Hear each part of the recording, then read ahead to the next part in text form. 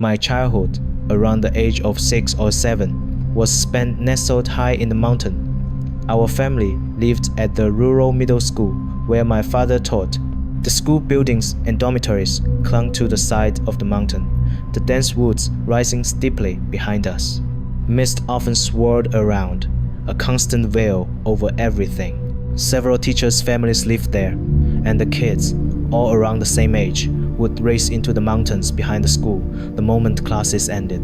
The back mountain was our secret world. During the day, it was our playground. The pine forests held endless mysteries, wild berries to discover, babbling streams to splash in, and strangely shaped rocks that sparked our imaginations. We were never bored, but as dusk fell, the mountain winds would whisper through the pines, a rustling sound that felt like hushed voices.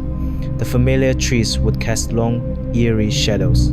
The adults always warned us, stay away from the mountain, especially after dark. It's not clean back there. But what child ever listens?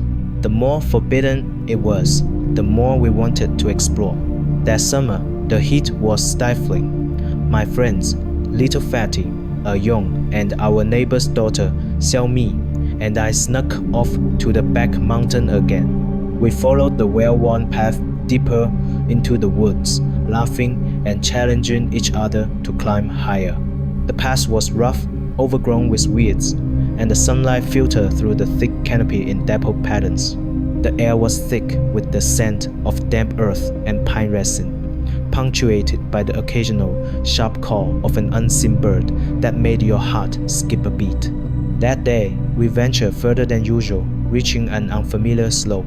The weeds here were thicker, and we could make out a few weathered stones sticking out of the earth like forgotten markers.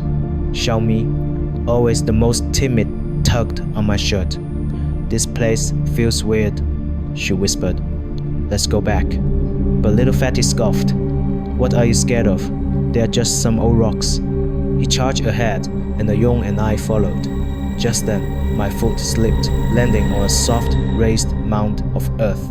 It gave way under my weight with a soft, squelching sound. I looked down and saw a few broken stones scattered around the disturbed soil. Faint carvings were visible on the stones, like fragments of a tombstone. A chill ran down my spine. The adults' warnings about abandoned graves flashed through my mind. Little Fatty froze for a moment, then burst into laughter. "You stepped on someone's grave. Watch out. Their ghost will come for you tonight." I tried to appear unfazed, telling him not to talk nonsense, but a cold dread clenched my heart. The sky was growing dark, and we scrambled back the way we came. All the way, I felt like eyes were watching me from behind, but when I turned, there was nothing there. Back in the dorm, I didn't dare tell my parents. I quickly washed up and burrowed under the covers. The mosquito net swayed gently in the night breeze, and the shadows of the mountains outside the window seemed particularly menacing in the moonlight. That night, my sleep was restless. In the middle of the night, I suddenly woke up as if startled by something. The dormitory was eerily silent, except for the rustling of the wind through the trees in the distance. I lay in bed, staring at the mosquito net, and a strange, damp odor filled the air, like wet earth after rain, mixed with a hint of something sickly sweet. I rolled over, facing the edge of the bed. Through the thin mosquito net, I vaguely saw a dark shape. At first, I thought it was my parents checking on me, but the shadow remained still, as if rooted to the spot. I rubbed my eyes, and in the faint moonlight filtering through the window, I made out the outline, the head of a woman with long, disheveled hair, hovering by the bed, less than 2 feet away. The most terrifying thing was that she had no face. The moonlight illuminated the contours of her hair, but her face was a complete blank, as if it had been erased, leaving only an empty black void. Her hair hung down outside the mosquito net, swaying slightly in the night breeze, like countless thin snakes writhing. My heart pounded in my chest like a drum. I wanted to scream, but my throat felt constricted and no sound would come out. I stared fixedly at the shadow, afraid to move, even afraid to blink, terrified that if I did, she would be right in front of my face. Time seemed to stretch endlessly, each second feeling like a century. A cold shiver ran down my spine, and sweat trickled from my forehead into my eyes, stinging them. I don't know how long it lasted, but the shadows seemed to tilt slightly, as if gazing down at me. I squeezed my eyes shut, my mind blank except for one thought: don't come closer, don't come closer. In a daze, I must have fallen asleep again. When I woke up, it was already bright, and sunlight streamed through the window onto the mosquito net. The terror of the night before felt like a bad dream. I sat up and touched the mosquito net by my bed. It was clean, empty. I tried to convince myself it was just a nightmare, but the chilling sensation lingered. From that day on, I felt ill. My fever wouldn't break. I felt weak all over, and a strange bitter taste coated my mouth. My parents were frantic, and they called the town doctor. He said it was just a bad cold, but I knew in my heart that this illness was different. Lying in bed, I couldn't bear to face the side of the bed, always feeling like the faceless woman would reappear. At night, delirious with fever, I would hear strange sounds.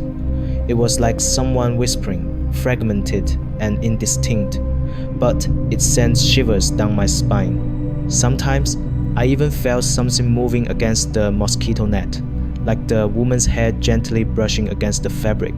I didn't dare open my eyes, clutching the blanket tightly and praying for daylight. Even more disturbing, I started having nightmares.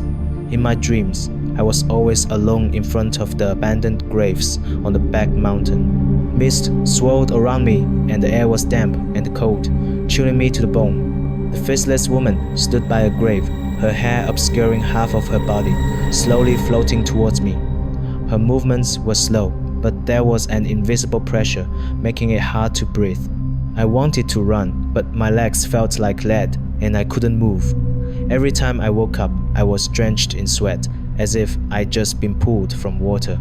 A few days later, my fever broke slightly, but I had lost weight, and my face was as pale as paper. My parents asked if I had encountered anything unclean. I didn't dare tell them the truth, just mumbled that I might have caught a cold on the back mountain. But I knew that the abandoned grave and the faceless woman were connected to my illness. One day, Xiaomi secretly came to see me. Her face was serious. She whispered, "Did you really step on a grave that day? My grandma says you shouldn't mess with the graves on the back mountain. It can attract bad things." My heart skipped a beat. I asked her if she knew whose grave it was. Xiaomi shook her head. She said her grandma had mentioned that there were some old graves in the mountains, so old that even the oldest people in the village didn't know their origins. They might have been from mass burials decades ago. After I recovered, I never dared to play on the back mountain again. I wouldn't even go near the path that led there. But the image of the faceless woman was etched into my mind, impossible to erase. Every night, I would face the wall, my back to the edge of the bed, terrified of seeing her again if I opened my eyes.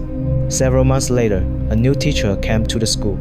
Her name was Miss Lee, a woman in her 50s who was said to know a thing or two about the spiritual realm. When she heard about what had happened to me, she came to our door. She asked me to tell her everything that had happened that day.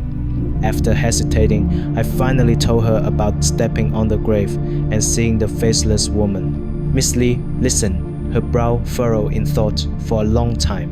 She said that the grave on the back mountain might belong to a forgotten soul from an old mass burial site, its resentment lingering after all these years. By stepping on the grave, I had disturbed it, and its spirit had become attached to me. She asked if I had smelled anything strange when I saw the woman.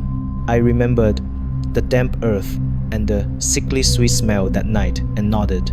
She sighed, saying that was the scent of grave soil, indicating the spirit was close. Miss Lee asked my parents to prepare some joss paper and incense, and she took us to the back mountain to apologize to the spirit. The sky was overcast that day, and the mist in the mountains was so thick it felt like rain. We found a dilapidated grave. The mound had collapsed, leaving only a few broken stones. Miss Lee burned the joss paper in front of the grave, chanting what sounded like prayers for the departed. I knelt before the grave, silently apologizing and begging the spirit to leave me alone. When we returned, Miss Lee gave me a talisman to hang by my bed, saying it would ward off evil spirits. That night, I slept soundly for the first time in months. There were no abandoned graves in my dreams, no faceless woman. From then on, I never saw her again, and my illness completely disappeared.